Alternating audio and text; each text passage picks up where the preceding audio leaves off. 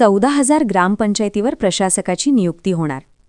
महाराष्ट्र राज्यातील 14,240 ग्रामपंचायतीचा कार्यकाळ येत्या फेब्रुवारी महिन्यात पूर्ण होणार आहे. त्याकरिता ग्रामविकास विभागाने 23 जानेवारी रोजी आदेश जारी केला आहे.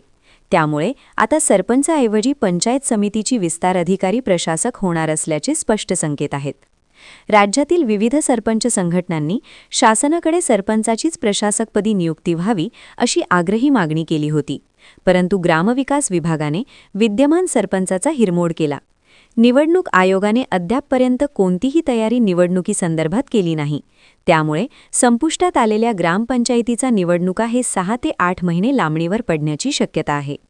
ग्रामपंचायतीची नव्याने प्रभाग रचना, आरक्षण आणि विविध प्रकारची तयारी करण्यासाठी मोठ्या प्रमाणात वेळ लागतो.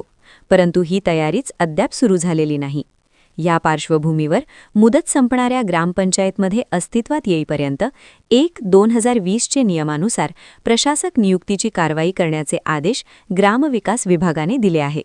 राज्यातील ठाणे जिल्ह्यात 158 ग्रामपंचायत, रायगडमध्ये 88 ग्रामपंचायती, रत्नागिरीत 469, सिंधुदुर्ग 70, नाशिक 621, धुळे 218, जळगाव 683, अहमदनगर 767, अहिल्यानगर 433, नंदुरबार 87, पुणे 748, सोलापूर 658, सातारा 879, सांगली 152, कोल्हापूर 433, छत्रपती संभाजीनगर 618, नांदेड 215, उस्मानाबाद 428, परभणी 566, जालना 475, लातूर 408, हिंगोली 495, अमरावती 556, अकोला 225, यवतमाळ 980, वाशिम 163, बुलढाणा 527, नागपूर 130, वर्धा 50, चंद्रपूर 629, भंडारा 148, गोंदिया 189 आणि गडचिरोली जिल्ह्यात